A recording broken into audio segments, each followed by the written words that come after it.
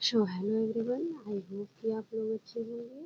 आज हम लोग कंप्लीट करंट अफेयर का कंप्लीट करेंगे, जिसमें जुलाई 2024 से लेकर जून 2025 तक का संपूर्ण कवरेज करेंगे, जो यूपी पीसीएस के पॉइंट ऑफ व्यू से एज वेल एज अदर जो एग्ज़ाम होंगे मंडे, उनके पॉइंट ऑफ से बहुत इंपॉर्टेंट सेशन होगा। और आई होप कि मेरी वॉइस क्लियर आ रही होगी। तो चलिए आज का लेक्चर हम स्टार्ट करते हैं। वर्ल्ड मिल्क डे कब मनाया गया है? 1 जून 2025 से। इसकी स्थापना किसने की थी? संयुक्त राष्ट्रीय खाद्य और कृषि संगठन के द्वारा 2001 में की गई थी। और इसका उद्देश्य क्या था? दूध के पोषण, खाद्य सुरक्षा और सतत विकास में रोजगार को उजागर करना। इसकी थीम क्या है? आइए डेयरी की शक्ति का जश्न मनाएं। और अंतर्राष्ट्रीय जैव विविधता दिवस कब मनाया गया है? 22 मई को। इसकी थीम क्या है? प्रकृति के साथ सामंजस्य और सतत विकास करना। भारत दिन क्या है? भारत दिन इंडियन गवर्नमेंट द्वारा लॉन्च किया गया है। इसका उद्देश्य भारतीय भाषाओं में और सांस्कृतिक संदर्भों के कल्चरल रेफरेंस के अनुरूप क्या करना है? एक स्वदेशी एआई मॉडल विकसित करना है और ये भारतीय भाषाओं में एआई सुविधाएं प्रदान करना है। नेक्स्ट है global Indian of the year द्वारा, ये किसके द्वारा प्रदान किया गया है? कनाडा इंडियन फाउंडेशन के द्वारा। और ईसा फाउंडेशन के संस्थापक कौन है? सदगुरु। सदगुरु ने पुरस्कार राशि को कावेरी कालीन परियोजना में दान दे दिया है। और code emergency mobile app AIIMS Bhopal के द्वारा लॉन्च किया गया है। इसका उद्देश्य क्या है? आपातकालीन स्थितियों में तत्काल चिकित्सा सहायता प्रदान करना है। और इसका लाभ किसको किसको मिलेगा? दुर्गम और आपातकालीन क्षेत्रों में रहने वाले नागरिकों के लिए ये बना है। वर्ल्ड बाइसिकल डे कब मनाया गया है? 3 जून 2025 को। इसकी थीम क्या थी? Cycling for sustainable future. और ये कब से घोषित हुआ है, मतलब मनाए जाने के लिए? ये यूनाइटेड नेशन द्वारा 2018 में घोषित किया गया। नाइटिंगेल अवार्ड 2025 किसे दिया गया है? राष्ट्रपति द्रौपदी मुर्मू जी को दिया गया है। इसका विवरण क्या है? स्वास्थ्य क्षेत्र में उत्कृष्ट योगदान प्रदान करने के लिए यह पुरस्कार प्रदान किया गया है। इसको प्रस्तुत किसने किया है? द्रौपदी मुर्मू जी ने। भारत का पहला AISEZ, भारत का पहला जो है स्पेशल इकोनॉमिक जोन किसे घोषित किया गया है? नवा रायपुर को, जो छत्तीसगढ़ में है। और एआई अनुसंधान, विकास और नवाचार को। नेशनल स्पेलिंग बी 2025 के विजेता कौन हुए हैं? और फैजान जाकिर हुए हैं। फैजान जाकिर जिनका नाम है। उम्र 13 साल। और कौन से शब्द के लिए? इनक्लेयर सीजमेंट। और ये मूल तेलंगाना के हैं और अमेरिकी छात्र हैं। IPL में 300 छक्के किसने बनाने का नया रिकॉर्ड लिया है? रोहित शर्मा ने। इक्वाडोर के राष्ट्रपति डैनियल नोबोआ। इक्वाडोर के सबसे कम उम्र के जो राष्ट्रपति बने हैं कौन? Daniel Noboa. संगठित मानवीय संस्थापन लेखन कौन है? इसके पुस्तक जो है संगठित मानवीय संस्थापन, इसके लेखक नितिन गडकरी है लेखक, और भारत के मंत्री हैं। और इसके विषय क्या है? भारत में मानव संसाधन विकास और संसाधन सुधारों पर आधारित एक महत्वपूर्ण कृति है। जलवायु प्रदर्शन सूचकांक 2025 में क्या है? इसके जारीकर्ता German Watch New Climate institute of climate action network international के द्वारा ये जारी किया गया है। इसके 4 प्रमुख संकेतक के आधार पर इसका मूल्यांकन किया जाता है। ग्रीन हाउस उत्सर्जन पे, नवीकरणीय ऊर्जा पे, ऊर्जा उपयोग पे, जलवायु नीति पर। शीर्ष 3 स्थान खाली रह गए हैं। डेनमार्क चौथे स्थान पर है, German Watch New Climate Institute और क्लाइमेट एक्शन इंटरनेशनल नेटवर्क। भारत का जो स्थान है, भारत की रैंकिंग 10वीं है। 2024 में 7वीं से गिरावट दर्शाता है। भारत की कितनी रैंकिंग है? 10वीं है। उत्तर प्रदेश का जीरो पॉवर्टी स्टेट अभियान चलाया गया। इसकी घोषणा महात्मा गांधी जी की जयंती पर गरीबी मुक्त प्रदेश बनाने का लक्ष्य है किया गया है। मुख्यमंत्री योगी आदित्यनाथ ने 1 वर्ष में गरीबी मुक्त यूपी बनाने का महाअभियान शुरू किया है। निर्धन परिवारों को भोजन और बेहतर शिक्षा उपलब्ध कराना। ग्राम पंचायत स्तर पर 25 निर्धनतम परिवार चयनित हैं। राष्ट्रीय पुरस्कार, शिक्षक पुरस्कार 2024 किसे मिला है? 5 सितंबर 2024 को राष्ट्रपति द्रौपदी मुर्मू द्वारा 50 शिक्षकों को पुरस्कार। यूपी के शिक्षक रविकांत द्विवेदी, श्याम प्रकाश मौर्य। और चयन प्रक्रिया प्रारंभिक स्क्रीनिंग और जूरी द्वारा अंतिम चयन किया गया है। 50 शिक्षकों को राष्ट्रीय शिक्षक पुरस्कार दिया गया है 5 सितंबर 2024। टाटा पावर की घर घर सोलर पहल यूपी में कहाँ है? प्रधानमंत्री सूर्य घर योजना के अनुरूप उत्तर प्रदेश में छत पर सौर ऊर्जा के लिए 1 लाख तक सब्सिडी दी जाएगी। टाटा पावर ने इस पहल की शुरुआत वाराणसी से की है। उद्देश्य क्या है? प्रत्येक घर को स्वच्छ ऊर्जा प्रदान करना। पहल में वित्तीय बचत और पर्यावरणीय लाभ का उल्लेख है, लेकिन अत्याधुनिक रूफटॉप सोलर का वादा नहीं। उत्तर प्रदेश स्थापना दिवस 24 जनवरी 2025 को मनाया गया। इसकी थीम क्या थी? विकास व विरासत, प्रगति पथ पर उत्तर प्रदेश। ऐतिहासिक नाम क्या है? ब्रह्मर्षि देश, मध्य देश, संयुक्त प्रांत। उत्तर प्रदेश दिवस 2018 से मनाया जाता है। उत्तर प्रदेश अंतर्देशीय जलमार्ग प्राधिकरण अध्यक्ष का पद मुख्यमंत्री या परिवहन मंत्री द्वारा दिया जाता है, विशेषज्ञों को मिलेगा। इसका उद्देश्य क्या है? जलमार्ग विकास, पर्यावरणीय दबाव कम करना। भारतीय अंतर्देशीय जलमार्ग प्राधिकरण के प्रतिनिधित्व भी। उत्तर प्रदेश में पहला डिजिटल हाईवे लॉन्च किया जाएगा। बाराबांकी से बहराइच के बीच 101 किलोमीटर लंबा डिजिटल हाईवे बनाया जा रहा है। ऑप्टिकल फाइबर केबल और एनपीआर कैमरे लगेंगे। अगले वित्तीय वर्ष में निर्माण शुरू होगा। उत्तर प्रदेश पहला डिजिटल हाईवे बनेगा। तो इसमें क्या होगा? ऑप्टिकल फाइबर केबल और एनपीआर कैमरे लगेंगे। पाली साहित्य सम्मेलन 2024 लखनऊ में 3 दिवसीय अंतर्राष्ट्रीय बुद्धिस्ट कॉन्क्लेव के तहत हुआ था। थीम क्या थी? विश्व शांति और सद्भाव में पाली साहित्य के योगदान के लिए। और मुख्य आकर्षण इसका क्या था? पाली चित्र प्रदर्शनी और ब्रह्मा लिपि शिक्षक श्रीलंका की चित्रकारी की प्रदर्शनी भी इसमें हुई थी। किसमें? पाली साहित्य सम्मेलन में। काशी तमिल संगमम क्या था? वाराणसी में तीसरा संस्करण हुआ था। आध्यात्मिक और सांस्कृतिक पहल थी। महाकुंभ 2025 के साथ जुड़ा हुआ था। बायोपॉलीमर प्लांट क्या है? ये लखीमपुर खीरी में स्टार्ट किया गया है। 22 फरवरी 2025 को इसकी आधारशिला रखी गई है और 2850 करोड़ रुपए की लागत से ये बायोमॉलिक्यूलर प्लांट स्टार्ट हुआ है। और पर्यावरण संरक्षण और आत्मनिर्भर भारत के लिए ये वरदान हुआ है। बिरसा मुंडा जो संग्रहालय है मिर्जापुर और सोनभद्र में स्टार्ट बनेगा। और आदिवासी जो स्वतंत्रता सेनानी को समर्पित किया जाएगा। किसको? आदिवासी जो स्वतंत्रता सेनानी है उनके लिए समर्पित किया जाएगा। आदिवासी संस्कृति और विरासत को ये प्रदर्शित करेगा। नेक्स्ट है राष्ट्रीय स्वच्छ वायु कार्यक्रम सम्मेलन जो गोरखपुर में स्टार्ट किया गया है। इसकी क्या थीम है?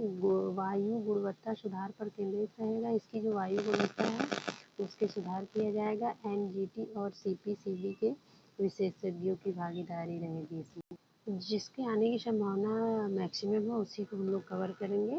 और पूरा हम लोग ये नहीं कि पूरा हिस्ट्री देखते रहें जो क्या क्या हुआ है। जिसका मैक्सिमम चांसेस है एग्ज़ाम के आने में और एग्ज़ाम में आने के लिए उसको हम लोग कवर करेंगे। जैसे लिथियम ग्रेड रिफाइनरी कहाँ पे स्टार्ट होगी? नोएडा में बनेगी। और देश की पहली लिथियम ग्रेड रिफाइनरी की स्थापना का कार्य प्रगति पर है। ये पहली इंडिया की ऐसी लिथियम ग्रेड रिफाइनरी है जो नोएडा में बन रही है। ई वाहन बैटरियों के लिए यह बनेगा। यूनेस्को द्वारा चयनित उत्तर प्रदेश के 5 शहर कौन कौन से हैं? वाराणसी है, लखनऊ है, आगरा है, अयोध्या, कुशीनगर। और सांस्कृतिक और ऐतिहासिक महत्व के लिए क्रिएटिव सिटी नेटवर्क में शामिल हैं। ये शहर कौन कौन से? यूनेस्को में चयनित 5 जो शहर वाराणसी, लखनऊ, आगरा, अयोध्या, कुशीनगर। महोत्सव कहाँ मनाया गया है? आगरा में आयोजित हुआ है ये सांस्कृतिक उत्सव। और इसकी थीम क्या है? संस्कृति का संगम, एक भारत श्रेष्ठ भारत है। और इसका हस्तशिल्प, संगीत, नृत्य और पर्यटन को बढ़ावा देगा। सोनभद्र में फ्लोराइड प्रदूषण, पीने के पानी में फ्लोराइड की अधिकता से स्वास्थ्य समस्याएं। जल विशुद्धिकरण योजनाएं सक्रिय होंगी। जैव खेती संगोष्ठी गाजियाबाद में होगी। प्राकृतिक कृषि और रसायन मुक्त उत्पाद को बढ़ावा दिया जाएगा। किसानों को जैविक पद्धतियों की जानकारी दी जाएगी। भारत नेपाल साहित्य महोत्सव 2025 कहाँ हुआ है? मथुरा वृंदावन में। दोनों देशों की भाषाई और सांस्कृतिक साझें को बढ़ावा देना है। काव्य, नाटक, संवाद और पुस्तकों की प्रदर्शनी की गई। फर्स्ट जो टेक्सटाइल मशीन पार्क है वो कानपुर में स्टेबलाइज किया जाएगा। और वस्त्र उद्योग के आधुनिकीकरण हेतु यह रहेगा। रोजगार और निर्यात की वृद्धि की संभावना होगी। नेजा मेला संभल में आयोजित किया गया था। पारंपरिक हथियारबाजी और सांस्कृतिक उत्सव के लिए मुस्लिम समुदाय की ऐतिहासिक परंपरा है। क्या? नेजा मेला। छत्रपति शिवाजी स्मारक कहाँ बनेगा? आगरा में। शिवाजी के आगरा किले में साहसी पलायन की स्मृति में राष्ट्रीय एकता का प्रतीक यह होगा। कौन सा? छत्रपति शिवाजी स्मारक राष्ट्रीय एकता का प्रतीक होगा। भारत का पहला एग्रीवोल्टाइक राज्य कौन है? यूपी है। एग्रीवोल्टाइक प्रणाली सौर खेती है। जो एग्रीवोल्टाइक प्रणाली है ये सौर खेती होगी। इसमें किसान फसलों के साथ साथ ऊर्जा भी उत्पन्न करते हैं। फोटोवोल्टाइक जो तकनीकी के तहत कृषि भूमि पर सौर पैनल लगाना है। महत्वपूर्ण पिछले 8 वर्षों में और ऊर्जा उत्पादन में 10 गुना वृद्धि की गई है। 2017 में क्षमता 288 मेगावाट थी। 2015 में 2653 मेगावाट इसकी हो गई है। किसका? सौर ऊर्जा उत्पादन में। यूपी देश का पहला एग्रीवोल्टाइक प्रणाली विकसित करने वाला स्टेट बना है। एशिया का सबसे बड़ा टेक कृषि महाविद्यालय महोत्सव कानपुर में आयोजित किया जाएगा। प्रधानमंत्री नरेंद्र मोदी द्वारा थाईलैंड को बुद्ध की प्रतिमा उपहार में दी जाएगी। प्रधानमंत्री थाईलैंड को बुद्ध की प्रतिमा उपहार में दी जाएगी। प्रतिमा का विवरण: सारनाथ शैली में पीतल की ध्यान मुद्रा रहेगी और सारनाथ कला शैली रहेगी। कुषाण काल से यह शुरू है। गुप्त काल में उच्च शिखर पर पहुंची थी बुद्ध की जो ये शैली थी। सारनाथ बुद्ध का धर्मचक्र स्थल है। पहला अवशिष्ट से CNG waste to CNG plant कहाँ पे है? प्रयागराज में। कचरे में पराली, मुर्गी का कूड़ा, गोबर, गीला कचरा से जैव ईंधन निर्माण किया जाएगा। कहाँ पे? प्रयागराज में। उत्तर प्रदेश पुलिस जांच अभियोजन दोष सिद्धि पोर्टल को स्टाच पुरस्कार मिला है। पोर्टल का उद्देश्य क्या है? माफिया, पॉक्सो, बलात्कार आदि जघन्य अपराधों की जांच की प्रक्रिया की निगरानी करना और समय पर चार्जशीट दाखिल करना। इंडिया स्किल रिपोर्ट 2025 में उत्तर प्रदेश शीर्ष स्थान पर है। गणितीय कौशल और कंप्यूटर दक्षता में प्रथम स्थान है। आलोचनात्मक सोच में भी प्रथम स्थान है। अन्य राज्य आंध्र प्रदेश, मध्य प्रदेश, पंजाब, तेलंगाना। वाराणसी के 21 पारंपरिक उत्पादों को जीआई टैग मिला है, जैसे बनारसी का तबला, बनारसी भरवा मिर्च, shehnai metal sorry for background voices shehnai metal casting craft और म्यूरल पेंटिंग, लाल पेड़ा, ठंडाई, तिरंगी, बर्फी, करौंदा, इस सबको क्या मिला है? जीआई टैग मिला है। कौन कौन सा? भरवा मिर्च, भरवा मिर्च, shehnai metal casting craft, mural painting, लाल पेड़ा, ठंडाई, तिरंगी, बर्फी, करौंदा, इन सबको क्या मिला है? जीआई टैग मिला है। इंडिया हॉकी सीनियर पुरुष राष्ट्रीय चैंपियनशिप 2025 किसने जीता है? झांकी ने। पंजाब ने मध्य प्रदेश को हराकर खिताब जीता था। उत्तर प्रदेश तीसरे स्थान पर है। सांसद खेल महाकुंभ लखनऊ में आयोजित इसका हुआ है। खेलो इंडिया अभियान के तहत खेल में भाग लेने में स्वस्थ जीवन शैलियों को बढ़ावा देना। खेल में athletics, volleyball, kabaddi, basketball, football, hockey, boxing ये सब शामिल थे सांसद खेल महाकुंभ में। उत्तर प्रदेश डिजिटल मीडिया नीति 2024 इसकी क्या थी? ये नई नीति के तहत चैनल अकाउंट को 2 वर्ष से अस्तित्व में होना जरूरी है। आवेदक उत्तर प्रदेश का स्थायी निवासी होना चाहिए और सोशल मीडिया इन्फ्लुएंसर होना अनिवार्य है। श्रेणी ए के यूट्यूब इन्फ्लुएंसर के लिए सब्सक्राइबर बेस 10 लाख या 6 माह में प्रति 12 मौलिक वीडियो अपलोड करने होंगे। 6 माह में क्या होगा? 12 मौलिक वीडियो अपलोड करे होंगे। या श्रेणी ए के जो यूट्यूबर इन्फ्लुएंसर के लिए सब्सक्राइबर कितना? 10 लाख होंगे। 10 लाख मीन्स 1 मिलियन। और सोशल मीडिया इन्फ्लुएंसर को उनके फॉलोअर और प्लेटफॉर्म के आधार पर 8 लाख तक प्रति माह भुगतान किया जा सकता है। देखिए तो कितना ही अच्छा ये स्कीम गवर्नमेंट ने निकाला है, उत्तर प्रदेश डिजिटल मीडिया नीति। विश्व टूना दिवस 2 मई को मनाया गया है। इसे समुद्री जीवन और टूना मछली के तहत सतत उपयोग और संरक्षण के प्रति जागरूकता बढ़ाने के लिए मनाया जाता है। इसे संयुक्त राष्ट्र महासभा ने 2016 में मान्यता दी थी। 2025 का थीम क्या था? हमारा महासागर, हमारा टूना, हमारा भविष्य। राष्ट्रीय सुरक्षा सलाहकार बोर्ड का अध्यक्ष इसे बनाया गया है। राकेश प्रमुख कौन है? आलोक जोशी को अध्यक्ष बनाया गया है। इसके अलावा 7 अन्य सदस्य भी शामिल है। राष्ट्रीय सुरक्षा सलाहकार बोर्ड जो है वो कब स्टेबलाइज की गई थी? 1998 में स्थापित हुई थी। इसकी सुरक्षा ये क्या था, राष्ट्रीय सुरक्षा परिषद सचिवालय के अधीन कार्यरत होता है। NSAB राष्ट्रीय सुरक्षा परिषद के अंतर्गत एक प्रमुख थिंक टैंक संस्था है जो राष्ट्रीय सुरक्षा से जुड़े मुद्दे पर सरकार को सुझाव देती है। पहला क्रिप्टो टूरिज्म संगठन। भूटान में उद्देश्य क्या है, क्रिप्टो करेंसी के माध्यम से पर्यटन को बढ़ावा देना और डिजिटल अर्थव्यवस्था को सुदृढ़ करना। राष्ट्रीय विधिक सेवा प्राधिकरण के अध्यक्ष सूर्यकांत जी हैं। नियुक्ति की तिथि 14 मई 2025 से प्रभावी हुई। नियुक्तिकर्ता भारत के राष्ट्रपति हैं। पूर्ववर्ती अध्यक्ष न्यायमूर्ति BR गवई इसके हैं। कानूनी जो प्रावधान है, विधिक सेवा प्राधिकरण अधिनियम 1987 की धारा 3(2)(b) के तहत इसमें जो कानूनी प्रावधान किया गया है। नालसा भारत में एक न्याय तक समान और सुलभ पहुंच सुनिश्चित करने वाला एक वैधानिक निकाय है।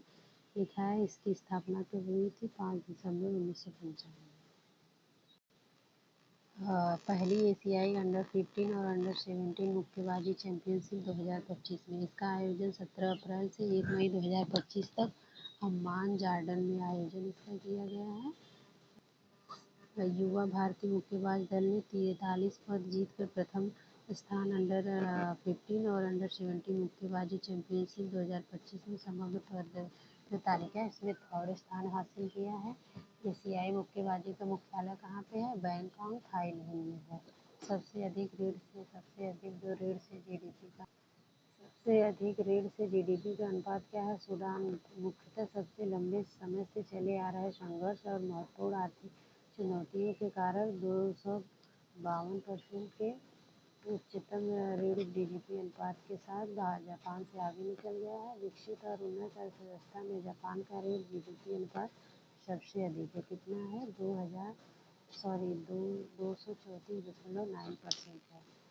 चीन 21वें स्थान पर है। इसका सार्वजनिक ऋण अनुपात 96% है, जो अन्य विकसित देशों की तुलना में कम है।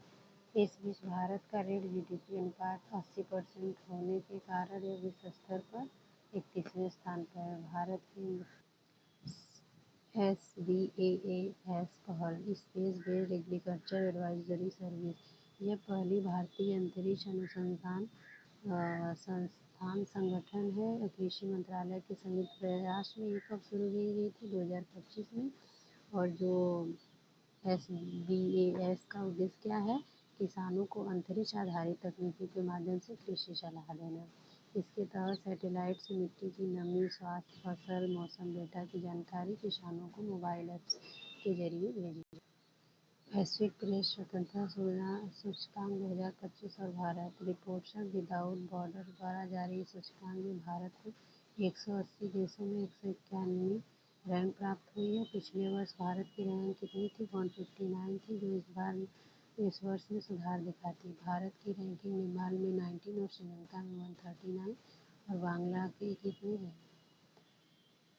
बांग्लादेश 149 से नीचे है, लेकिन पाकिस्तान 158, म्यांमार 169, अफगानिस्तान 175 और चीन 178 से ऊपर में है। भारत की रैंक इस प्रेस में कितनी है, 180 देशों में 151 रैंक प्राप्त है भारत की। यह इम्पोर्टेंट है, इसको आप याद कर लीजिएगा। Project secure England. सिक्योर का पूर्ण रूप है safeguarding environment through climate and urban resilience enhancements. यह परियोजना इंग्लैंड सरकार और स्थानीय नगर परिषदों द्वारा 2025 में शुरू की गई। इसका उद्देश्य क्या है, शहरी क्षेत्रों को जलवायु परिवर्तन के प्रभावों से सुरक्षित बनाना है। एंथनी एल्बनीज प्रधानमंत्री ऑस्ट्रेलिया के। एंथनी एल्बनीज 2025 में ऑस्ट्रेलिया के PM के रूप में कार्यरत है। उनके नेतृत्व में लेबर जो पार्टी थी वो क्या की है, 2025 के संघीय चुनाव में निचले सदन में 77 से बढ़कर 94% जीती है। किसने, लेबर पार्टी ने। एंथनी एल्बनीज PM बने हैं किसके, ऑस्ट्रेलिया के। और चार्लोट वाकर 21 वर्ष की आयु में ऑस्ट्रेलिया की सबसे युवा सांसद बनी है, 21 वर्ष की। देखिए चार्लोट वाकर। AI संचालित पहली रियल टाइम वन चेतावनी प्रणाली भारत में स्टार्ट की गई। भारतीय वन सर्वेक्षण फॉरेस्ट सर्वे इंडेक्स द्वारा 2025 में यह प्रणाली विकसित की गई थी। यह आर्टिफिशियल इंटेलिजेंस पर आधारित तकनीकी है जो वनों में आग लगने की स्थिति का रियल टाइम में पूर्वानुमान देती है। उपग्रह चित्रण और मौसम डेटा का उपयोग कर यह प्रणाली संभावित आग की घटनाओं को 3 से 5 घंटे पहले चेतावनी देती है। सर्वश्रेष्ठ महिला फुटबॉलर कौन है? सुमैया गुगलोत। सुमैया गुगलोत को 2024 में AIFF महिला फुटबॉलर ऑफ द ईयर पुरस्कार से सम्मानित किया गया है। सुमैया ने भारत के लिए 33 अंतर्राष्ट्रीय मैचों में 5 गोल किए हैं। तो आज का सेशन यही हम लोग समाप्त करते हैं। नेक्स्ट ये हमारी सीरीज कंटिन्यू रहेगी जब तक कि हम लोग पूरा करंट अफेयर कवर नहीं कर लेते। Thank you for watching.